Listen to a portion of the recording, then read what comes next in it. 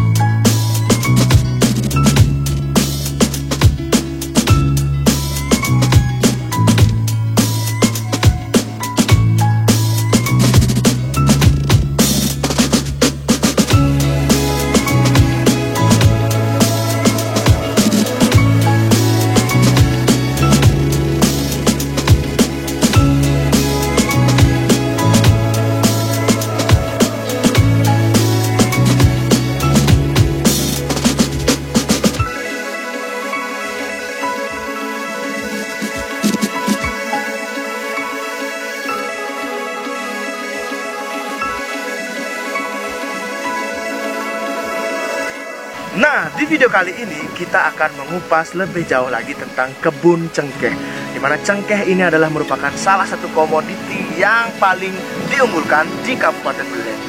Bagaimana tips and triknya untuk membuat komoditi ini semakin maju dan juga mensejahterakan para petani di Buleleng? Kita simak ulasan berikut. Bapak perkenalkan, namanya siapa Pak? Nama saya Ketut Sumare. Pekerjaan sehari-hari? Pekerjaan sebagai petani. Petani cengkeh berarti Pak ya? Petani cengkeh. Ya, selain cengkeh apa lagi yang ada di sini Pak? Ya baru nanam ada duren. Ada duren ya. Berarti selain cengkeh dan duren memang di sekitar sini banyak hasil bumi asli pegunungan Pak ya? Ya pisang, pokat. Pisang, alpukat. Coklat ada nggak Pak di sini Pak? Coklat ada. Kalau kopi udah mulai udah mati. Udah mau mati. Oke. Untuk kebun Bapak sendiri Pak yang kita saat ini berada, kira-kira berapa luas kebun dari Bapak ini Pak? Lebih kurang 2 hektar. 2 hektar Pak ya, berarti dari ujung bawah sana sampai ke atas sini Pak ya, sampai mendekati dari lahan hutan negara nih Pak ya. Jadi kurang lebih 2 hektar berarti Pak ya. Kalau keseluruhan sama saudara itu nih karena masih gabung itu 4 hektar 4,2 hektar. 4,2 hektar. Berarti yang Bapak sendiri itu kurang lebih 2 hektar Pak ya. Oke. Nah Pak, untuk cengkeh sendiri Pak, dari mulai cengkeh itu ditanam dari benih nih ke Pak, sampai kita bisa memetik hasil yang pertama atau istilahnya ngalap cengkeh yang pertama gitu Pak, berapa kurang lebih butuh waktu? Ya dari mulai nanam sampai metik ya perdana itu lebih kurang 5 tahun ya kalau tempatnya. Oke, kurang lebih 5 tahun berarti Pak. Jadi selama 5 tahun itu memang kita memelihara cengkeh sampai benar-benar hasilnya maksimal seperti itu Pak ya. Untuk perawatannya sendiri Pak, karena banyak cengkeh nih kan saat ini banyak cengkeh yang mati kadang-kadang ketika umurnya belum mencapai tahap panen. Nah kira-kira untuk Bapak sendiri nih Pak, bagaimana sih perawatan cengkeh yang Bapak lakukan sehingga hasilnya bisa maksimal Pak? Jadi ini awalnya kurang terpelihara dengan bagus karena cengkeh itu ya perlu perawatan. Begitu saya fokus di pertanian, maka harus setiap tahun itu kira-kira ya 3 kali rabas lah. Jadi semak-semaknya, kemudian di bawah cengkeh itu harus dibersihkan, kemudian dan dipupuk minimal ya sekali dalam setahun. Jadi kalau masalah mati memang harus diganti dengan bibit yang baru. Nah, yang mati itu rencananya mau diganti dengan pohon durian karena durian cukup menjanjikan dan lebih cepat berbuah. Dan kalau cengkeh itu pemeliharaannya kan ya lumayan harus diperhatikan. Kalau nggak dipelihara maka ya dia akan mati. Umumnya baru nanam itu 2 tahun itu harus dirawat cukup baik. Tapi kalau nanti diganti yang mati-mati cengkeh itu diganti dengan durian, itu biasanya kalau bandingkan dengan cengkeh itu ongkos petiknya itu cukup mahal. Tapi kalau durian itu cukup menjanjikan. Yang metik itu yang membeli dan beli dengan jumlah kiloan. itu lumayan hasilnya, satu pohon bisa menghasilkan 5 Ya, artinya tidak hanya cengkeh saja, tapi juga bisa diganti dengan durian Pak ya. Cocok, Artinya ya. masih tetap produktif artinya lahannya Pak ya. Oke Pak, terima kasih sekali tadi atas informasinya. Bagaimana kalau sekarang kita lanjutkan lagi berkeliling-keliling di kebun cengkeh Bapak sambil melihat-lihat kebun yang lain Pak ya. Ya.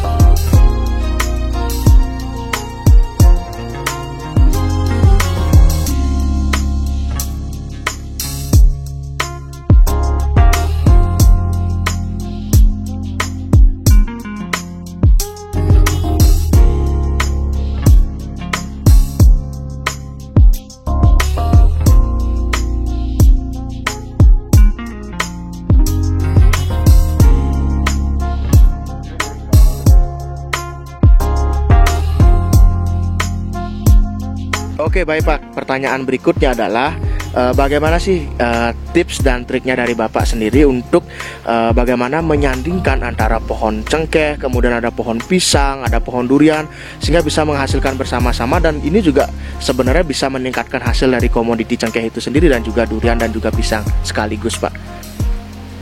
Ya, kalau cengkeh itu biasanya kan kalau di daerah Galungan itu panen bulan Agustus. Tapi kalau durian itu biasanya duluan ya. Jadi artinya tidak bersamaan, termasuk kalau pisang. Sehingga kita tidak mengandalkan dari hasil cengkeh saja. Kemudian kalau kita bisa mendapatkan juga dari hasil durian dan juga pisang. Jadi kita sebagai petani tentunya artinya kita menanam misalnya cengkehnya tidak berbuah, tidak berhasil, maka kita bisa mendapatkan hasil durian ataupun pisang.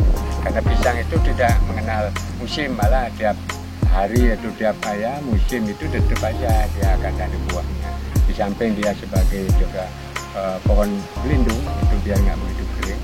Begitu juga dia semua bisa dimanfaatkan buahnya, bisa dipakai untuk dijual atau untuk sesajen, atau daunnya juga bisa, bahkan batangnya pun bisa dipakai untuk pakan ternak.